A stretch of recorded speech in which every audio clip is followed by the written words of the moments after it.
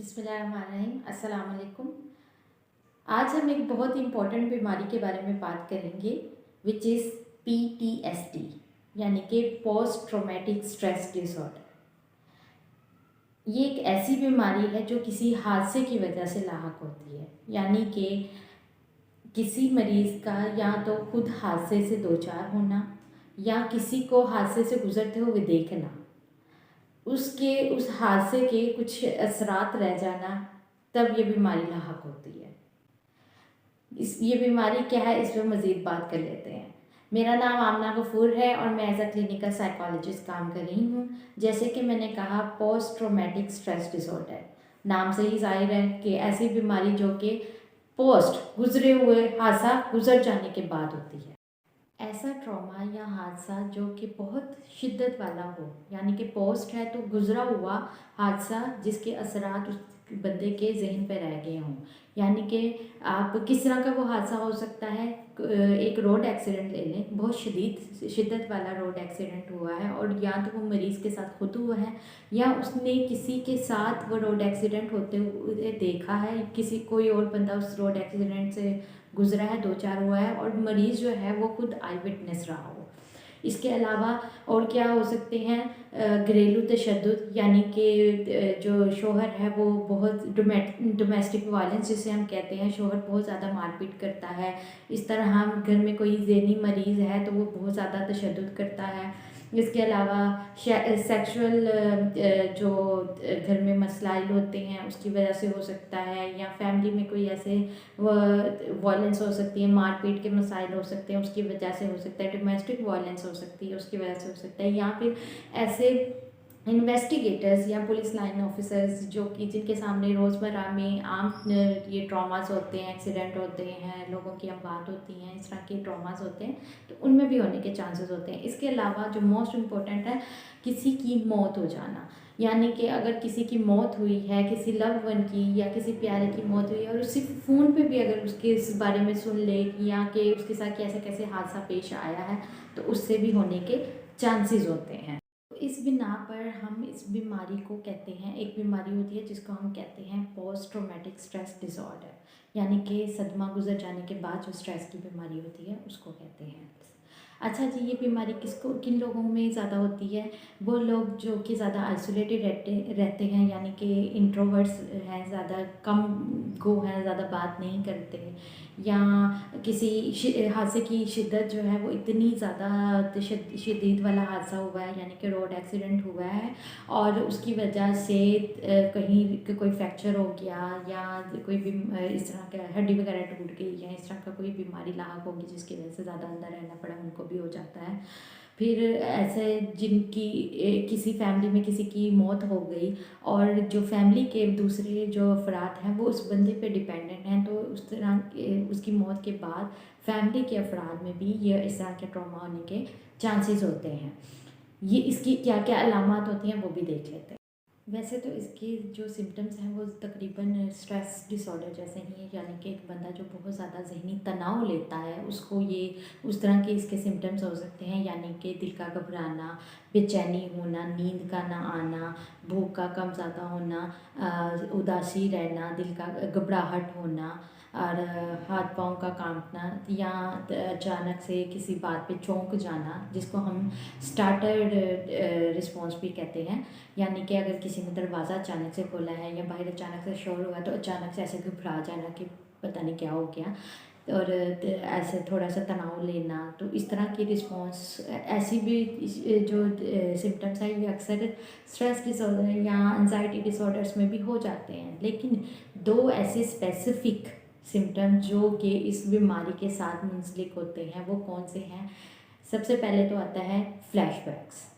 Flashback यानी कि जिसको हम लोग दूसरी ज़ुबान में रीलिविंग एक्सपीरियंस भी कहते हैं, यानी कि ऐसा एक्सपीरियंस जो कि बार बार, यानी कि अगर उसकी बात भी हुई है या किसी ने उसका छोटा सा जिक्र भी किया है या वो थोड़े सी इमेजिनेशन में थोड़ी सी चीज़ भी आई है, तो एक ऐसी स्टेट में चले जाना जहाँ पे बंदे को लगता है कि वही हादसा दोबारा से उसके साथ रोनुमा हो रहा है, और वो हादसा इतनी शिद्दत वाला होता है, इतनी इमेजिनेशन वो शिद्दत वाली होती है कि इंसान उस स्टेट से उसके लिए निकलना मुश्किल हो जाता है। इसलिए हम उसको रीलिविंग एक्सपीरियंस भी कहते हैं, यानी कि दोबारा से उस एक्सपीरियंस में, उस सदमे में या उस जो ट्रॉमा गुजरा है उसमें आपका दोबारा चले जाना, उस स्टेट में दोबारा से चले जाना। और दूसरा सिम्टम क्या हो सकता है जो स्पेसिफिकली इसी बीमारी के साथ यानी कि पोस्ट ट्रोमेटिक स्ट्रेस डिसऑर्डर के साथ होता है, वो होता है नाइटमेयर्स, यानी कि डरावने ख्वाब आना, डर जाना, बुरे बुरे ख्वाब आना, यानी कि उस एक्सपीरियंस से मुंसलिक जो है, उस एक्सपीरियंस से जुड़े हुए ख्वाब आना। यानी कि अगर किसी ने बात भी कर दी है तो इमेजिनेशन में रात को अचानक से डर जाना, नींद में उस तरह के ख्वाब आना, डरावने ख्वाब आना कि वही हादसा दोबारा से रोनुमा हो रहा है या वही हादसा दोबारा से पेश आने लगा है। इंसान अगर कोई एक्सीडेंट हुआ है तो वो उसी चीज़ में दोबारा से वो सारा होने के, मुब्तला होने के चांसेस होते हैं। तो इस बीमारी में दो स्पेसिफिक जो सिम्टम्स जो आते हैं स्ट्रेस के सिम्टम्स के अलावा, वो ये दो हैं, एक फ्लैशबैक्स का आना यानी कि री एक्सपीरियंस करना और लिविंग एक्सपीरियंस करना, और दूसरा नाइटमेयर्स यानी कि डरावने ख्वाब आना। अच्छा जी, ये है सिम्टम्स का, अलामतों का दूसरा पहलू।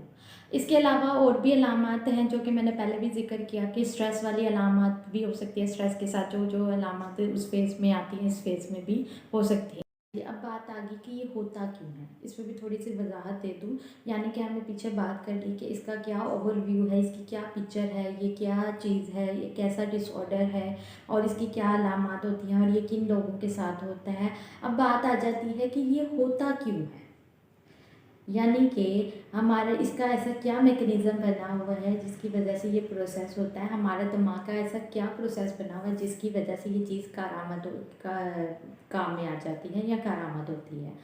हमारे दिमाग का, जैसे कि मैंने बात की फ्लैशबैक्स की, यानी कि उस ट्रॉमा का दोबारा से एक्सपीरियंस करना, री एक्सपीरियंस करना, उस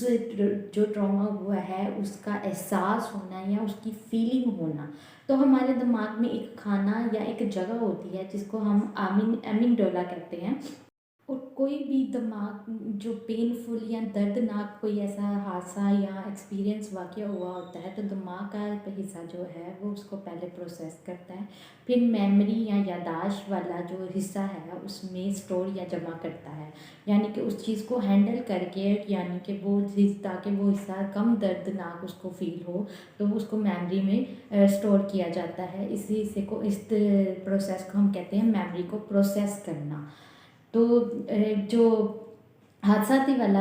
होता है मरहला, उसमें जो हादसा की नौयत है वो इतनी शिद्दत वाली होती है या ट्रॉमा इतना शिद्दत वाला होता है कि जो हमारा प्रोसेस है इसका मेमोरी को प्रोसेस करने वाला, कि जिसमें से गुजर के जो ब्रेन ने काम करना था, सेल्स ने काम करना था, कि वो हादसा ज़्यादा कम दर्दनाक, जो बहुत ज़्यादा दर्दनाक था, पेनफुल था, वो कम पेनफुल होकर मेमोरी में स्टोर हो जाए तो वो यहाँ पे फेल हो जाता है, यानी कि उसका मैकेनिज़्म जो है वो यहाँ पे काम नहीं करता।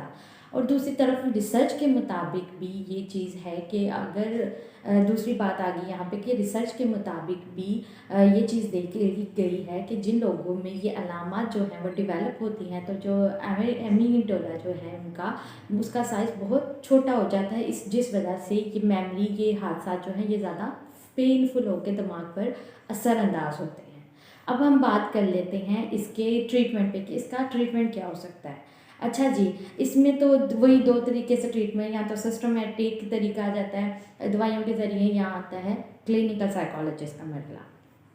काउंसलिंग के ज़रिए। तो आपने इसमें एक दफ़ा कोशिश करना है कि या तो दवाइयाँ लेनी नहीं है, अगर लेनी भी पड़ रही हैं तो बहुत कम लेनी है, यानी कि एंटी डिप्रेसेंट जो है, रिलैक्स करने वाली जो दवाइयाँ हैं वो बहुत कम लेनी है। क्यों? इनसे जो नींद का मरहला आता है फिर उसका दौरानिया बहुत ज़्यादा होता जाता है, फिर वो इंसान उस नोयत में चला जाता है कि जब दोबारा उसको वो फेज़ आता है तो वो ज़्यादा शिद्दत पकड़ जाता है। इसलिए दवाइयों का मरहला तो कोशिश करें कि आप वो ना ही अपनाएं। दूसरा मरहला आ जाता है फिर साइकोथेरेपी वाला या फिर काउंसलिंग वाला मरहला आ जाता है, जो कि क्लिनिकल साइकोलॉजिस्ट अपने सामने, उसमें कुछ ऐसी टेक्निक्स होती हैं, ऐसी एक्सरसाइजेज होती हैं या ऐसी ब्रेन को